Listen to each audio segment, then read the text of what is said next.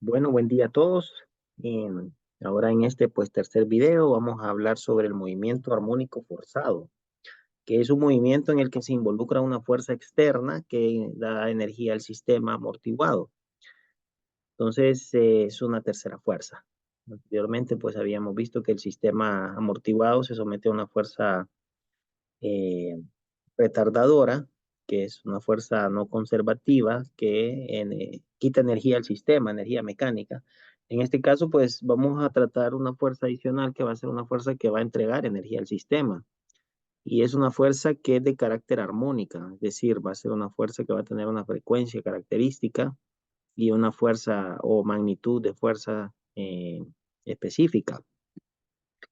Entonces, para comenzar con algunas ideas aquí, como se observó anteriormente, un oscilador amortiguado pierde energía mecánica en el tiempo, ¿verdad? Como todos ya saben, por lo que es posible compensar esta pérdida de energía mediante una fuerza externa que sea armónica, que esa es la fuerza externa que vamos a tratar ahora. En el caso del niño que está en el columpio, por ejemplo, este requiere de unos empujones periódicos para aumentar o mantener o compensar esa pérdida de amplitud que tienen las oscilaciones. Así que es posible lograr, por ejemplo, tener una amplitud constante, siempre y cuando exista un equilibrio entre la fuerza retardadora y la fuerza externa periódica que se utiliza en este caso. Entonces vamos a considerar un oscilador forzado y en movimiento armónico amortiguado, en donde la fuerza impulsora va a ser de este tipo, F de T, va la F sub 0 por el seno de una frecuencia de la fuerza impulsora que vamos a llamar W sub D por el tiempo. F sub 0 es la magnitud constante de la fuerza impulsora F de T y W sub D es la frecuencia angular de la fuerza impulsora. SD quiere decir drive de la fuerza que está ahí sobre el sistema, ¿verdad? De esta forma, pues es posible diferenciar la frecuencia angular de la fuerza impulsora, es decir, la frecuencia angular del sistema en oscilación natural, por ejemplo, que ya conocemos como K entre M, lo podemos diferenciar del que nosotros incorporamos aquí con esta fuerza externa, ¿verdad? Que tiene frecuencia W sub D. Y para comenzar nuestro análisis, vamos a partir de la segunda ley de Newton y vamos a tomar en cuenta aquí que tenemos un oscilador externo que va a imprimir una frecuencia sobre el sistema que ya tiene una frecuencia natural que es raíz cuadrada de la constante de fuerza entre la masa y vamos a tener un amortiguador o algo que pueda hacer que el sistema pierda energía. Entonces vamos a tener los dos componentes en este caso. Entonces vamos a comenzar aquí el análisis considerando la segunda ley de Newton, sumatoria de fuerzas igual a masa por aceleración. ¿Cuáles son las fuerzas que voy a incorporar? Bueno, en primer lugar la fuerza eh, del oscilador externo que imprime energía sobre el sistema, es una fuerza positiva, ¿verdad? Menos las fuerzas que hacen que eh, el sistema pierde energía. En este caso es la fuerza de amortiguamiento que tiene que ver con este coeficiente, menos la fuerza restauradora del resorte, ¿verdad? Que está presente siempre. Esto es igual a masa por aceleración, segunda derivada de la posición con respecto al tiempo. Muy bien, entonces aquí podemos reescribir esta expresión como segunda derivada de la posición con respecto al tiempo, más dos veces el coeficiente de amortiguamiento, en este caso sería el factor de amortiguamiento, lambda, ¿verdad? Más omega cuadrado x igual a f de t, que es f sub 0 seno de w de t. Entonces, donde en este caso, bueno, ya sabemos que lambda es el factor de amortiguamiento entre 2m, omega es la frecuencia natural de oscilación, y f de t es igual a f sub 0 entre m, ¿verdad? Porque se divide entre la masa para lograr esa forma, por el seno de WD por T, ¿verdad? Que es la frecuencia del oscilador externo. Muy bien, entonces para resolver esta ecuación diferencial homogénea de segundo orden, esta que tengo por acá, es necesario tomar en cuenta que voy a tener dos tipos de solución. Voy a tener una solución para la ecuación no homogénea, que es esa misma, y una solución para la ecuación homogénea correspondiente, o sea, cuando f de t es igual a cero. Entonces, en ese caso, pues hay un teorema que dice que la solución general va a ser la solución de la ecuación no homogénea más la solución de la ecuación homogénea. Entonces, vamos a ponerle un sub h por acá, de t. Muy bien. Esta también es una solución de la ecuación no homogénea, que es esta que tengo ahí marcada en color verde. Entonces, en términos transitorios y de estado estable, cuando f de t es una función periódica, como f de t igual a f sub 0 seno de w de t, o ya sea un seno o un coseno, la solución general de la ecuación diferencial no homogénea es la suma de una función no periódica, ¿verdad? Y una función periódica. Y eso es característico de este tipo de sistemas. Entonces, esa función no periódica le voy a llamar x sub c de t, la cual se desvanece conforme se incrementa el tiempo. Eso se asocia con la ecuación homogénea. La ecuación homogénea es del tipo amortiguada. Entonces, en el infinito, pues en un tiempo muy grande, pues eso pierde amplitud y solo quedaría la solución de la ecuación no homogénea, ¿verdad? Entonces, a eso se refiere. Y cuando t tiende a infinito, entonces el amortiguamiento hace que, pues, sea casi cero la función, pues, para valores grandes de tiempo. Y solo queda, pues, la solución de la ecuación homogénea, que a esa le vamos a llamar función periódica, x sub p. Se dice que la función complementaria, en este caso la función es, digamos, producto del amortiguamiento o de la solución homogénea, es un término transitorio, así se llama, ¿verdad? O sea, que solo ocurre en determinado tiempo, o sea, pasa. Y la función x de p se denomina término de estado estable o solución de estado estable y es la que permanece después de un intervalo de tiempo específico. O sea, es la que predomina al final, ¿verdad? Entonces, con estas consideraciones, la solución general de la ecuación diferencial para el sistema armónico forzado y amortiguado al mismo tiempo va a tener esta forma.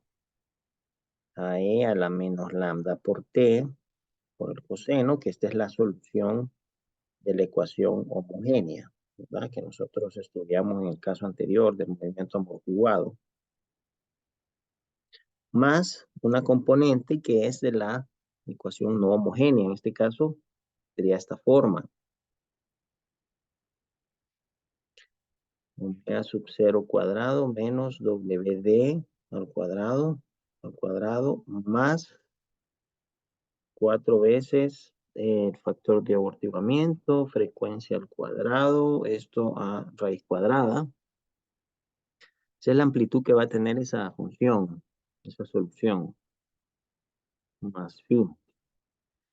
Muy bien, ese phi lo vamos a diferenciar del caso amortiguado, con otra letra, ¿verdad? Porque son diferentes. Así que ya podemos identificar una solución transitoria, una función transitoria y una función de estado estable. La función de estado estable pues tiene esta amplitud que depende de la frecuencia natural del sistema, depende de la fuerza o de la magnitud de la fuerza impulsora, F sub 0, depende también de la frecuencia de la fuerza impulsora, ¿verdad? Y también depende del amortiguamiento. O sea, llega ahí ese efecto, ¿verdad? A la solución de la ecuación no homogénea. Así que el primer término se corresponde al término transitorio y el segundo al término de estado estable. como lo mencionamos. Entonces, de ahora en adelante vamos a considerar por simplicidad la condición de estado estable, ¿verdad? Donde prevalece esta función, ya que el amortiguamiento aquí hace que ese término, ese primer término transitorio vaya desapareciendo. Entonces, lo vamos a tomar de esa forma. Vamos a tomar en cuenta que ahora la solución, estado estable, que vamos a tomar en cuenta, tiene este tipo, esta forma, más b, ¿verdad? Que es la función armónica que tengo ahí, cuya amplitud A tiene esta forma, magnitud de la fuerza impulsora entre la masa, raíz cuadrada de frecuencia natural del sistema, menos la frecuencia al cuadrado, ¿verdad? De la fuerza impulsora, más, simplificando un poco, esto va a quedar coeficiente de amortiguamiento por la frecuencia de la fuerza impulsora entre de la masa, en este caso, ¿verdad? Todo esto al cuadrado. Masa, bien, entonces así queda. Perfecto, entonces omega sub cero es una frecuencia llamada frecuencia natural del oscilador y es la que nosotros conocemos desde los primeros temas que vimos, que es sobre el movimiento armónico simple, ¿verdad? Y esto pues para el caso subamortiguado, ¿verdad? Cuando es muy pequeño. Muy bien. Es posible que si la constante de amortiguamiento presenta un valor muy pequeño, la amplitud de las oscilaciones aumenta considerablemente si la frecuencia de la fuerza impulsora se aproxima a la frecuencia natural del sistema. Y esta es una condición que se llama resonancia. Y esto se puede observar acá. Si este término es cero o casi cero debido al coeficiente de amortiguamiento, que puede ser muy pequeño, entonces esto va a quedar inversamente proporcional a este factor. Si W sub 0 es aproximadamente igual a W sub D, eso tiende a infinito, la amplitud tiende a infinito y es algo que se conoce como resonancia. O sea que si la fuerza impulsora tiene una frecuencia muy similar a la frecuencia natural del sistema, entonces se va a lograr una condición de resonancia donde la amplitud va a ser muy, muy grande. Ya lo vamos a ver. Entonces, esa frecuencia también se llama frecuencia de resonancia o la frecuencia natural del sistema. Entonces, aquí vamos a poder apreciar en el gráfico adjunto cómo cambia la amplitud cuando la fuerza impulsora se aproxima a la frecuencia natural o frecuencia del sistema. Entonces, pues aquí lo que tenemos es un factor de amortiguamiento, ¿verdad? Podemos ver que aquí los ejes son la razón entre la frecuencia de la fuerza impulsora y la frecuencia natural, que cuando es uno, pues eso se alcanza, ellos dos son iguales. Entonces ahí es una condición de resonancia. Pero existe, bueno, aquí en este otro eje se puede apreciar la amplitud, ¿verdad? En ciertos valores. Entonces, esa amplitud va aumentando a medida que el coeficiente de amortiguamiento se hace cada vez más pequeño. Entonces, quien manda aquí es la fuerza impulsora, ¿verdad? Entonces, yo puedo controlar la amplitud de resonancia con ese factor de amortiguamiento, ¿verdad? Que lo voy incorporando aquí. Y eso es porque es parte de esta ecuación, amplitud, ¿verdad? Es una función que está por ahí descrita, entonces se puede establecer una amplitud máxima para un coeficiente de amortiguamiento específico. Muy bien, entonces aquí voy a mostrar en esta simulación cómo sería un sistema amortiguado, ¿verdad? Con presencia en este caso, una fuerza impulsora. Entonces tenemos un resorte colgante que en el extremo superior voy a tener un oscilador, ¿verdad? Que va a hacer que se mueva hacia arriba y hacia abajo con estas flechitas color rojo. Y la masa, por supuesto, va a estar suspendida de este resorte y va a tener una frecuencia natural. Entonces vamos a considerar una constante de resorte de 10 newton por metro, una masa de 1 kilogramo y una atenuación de 0.2. O sea, en este caso, el factor de amortiguamiento lambda, ¿verdad? Vamos a tomar en cuenta que la fuerza impulsora va a tener una frecuencia de 2 radianes por segundo. Esa es la frecuencia W sub D. Entonces puedo observar tanto el comportamiento, ¿verdad? Gráfico del desplazamiento del objeto y de la amplitud del movimiento de la fuerza impulsora, o sea, del desplazamiento de la fuerza impulsora con respecto a su propio punto de equilibrio. Y también puedo ver el gráfico de amplitud, ¿verdad? Entonces, si yo voy cambiando, por ejemplo, la atenuación aquí, voy a hacer más grande, voy a colocar 1, por ejemplo, y vemos que disminuye la amplitud de resonancia, ¿verdad? Eh, si lo hago más pequeño, 0.1, entonces va a aumentar la amplitud de resonancia.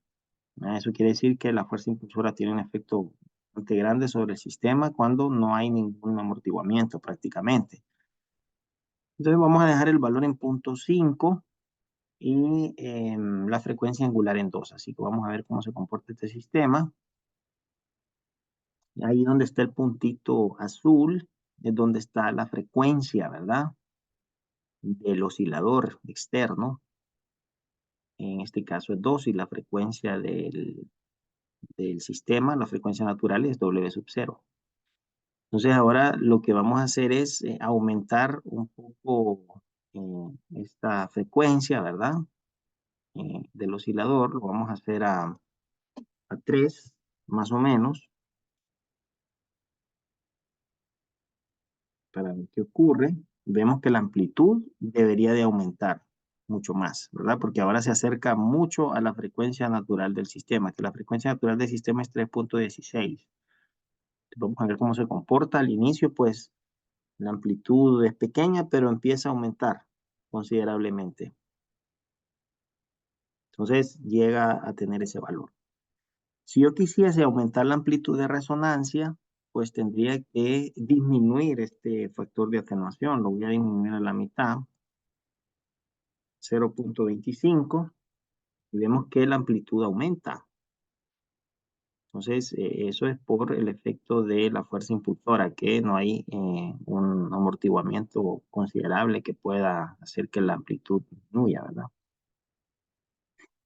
Entonces, pues este sistema se puede ver aquí cómo evoluciona, ¿verdad?